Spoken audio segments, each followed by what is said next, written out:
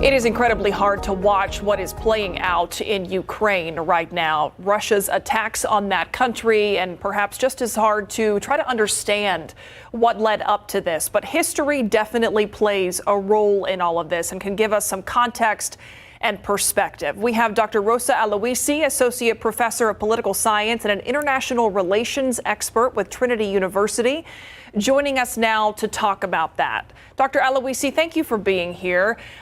Let's first start with the very basics. Why is Ukraine the target for Vladimir Putin? We have spent, thank you for having me, first of all. So we have spent a huge amount of time in the past weeks looking at the actions that Russia has been taking in Ukraine. But we need to be absolutely careful to the words that Putin has been pronouncing as he's been in interviews about why he's taking these actions. He has been saying for a long time now that Ukraine is ancient Russian soil, that Ukrainians and Russians are one people, all people. He speaks of Russia creating Ukraine.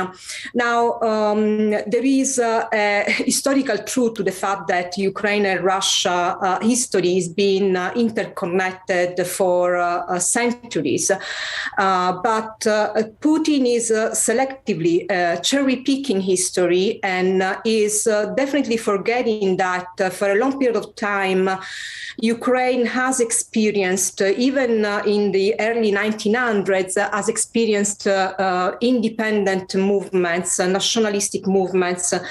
And it is also forgetting that in 1991, when the Soviet Union collapsed, overwhelming amount of the population in Ukraine voted in a referendum to gain independence from Russia.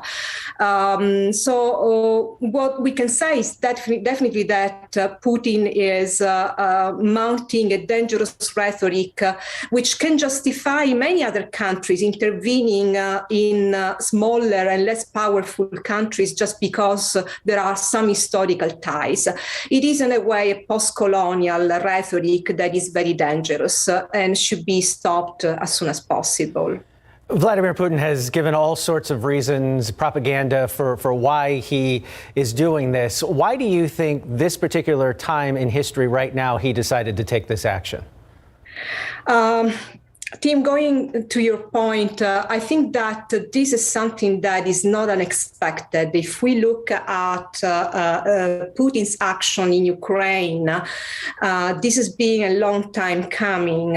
Let's just remember that in 1997, there was a pact between Ukraine and Russia and a mutual agreement establishing the mutual respect of borders and control of territorial integrity, respect of territorial integrity.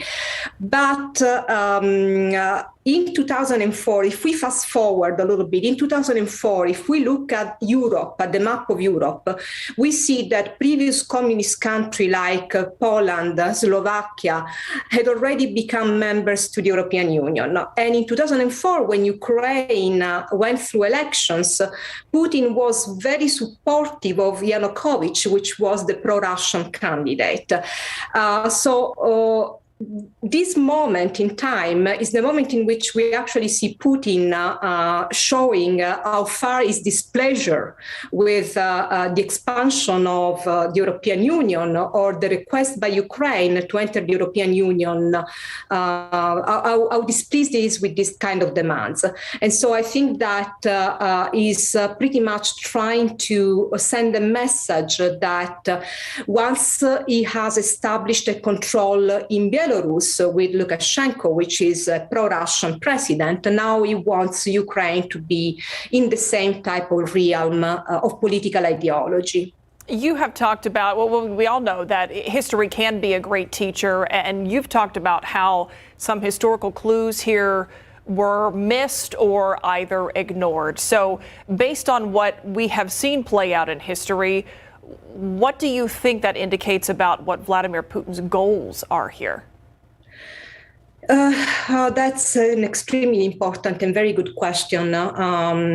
Again, we go back to 2014 with the annexation of Crimea, and then the Russian support of pro-Russian separatists in Ukraine, and now the declaration of the recognition of independence of the Donbas area. I think that the ultimate goal of Putin is that of establishing a sphere of influence, a clear sphere of influence, which has shrunk a little bit in the past decade. And it is mostly due to the fact that Ukraine has asked several times to the European Union to allow Ukraine to become a member of the European Union and allow Ukraine to become a member of NATO.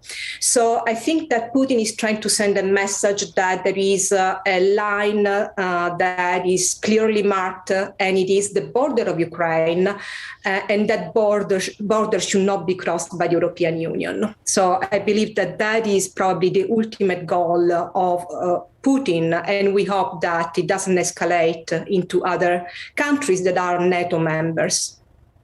That is certainly the hope, but we have what seems like ways to go as we watch this play out. Dr. Rosa Aloisi with Trinity University, political science professor, international relations expert. Thanks for sharing some of your expertise here and that historical perspective that a lot of people are trying to untangle right now. We appreciate your time.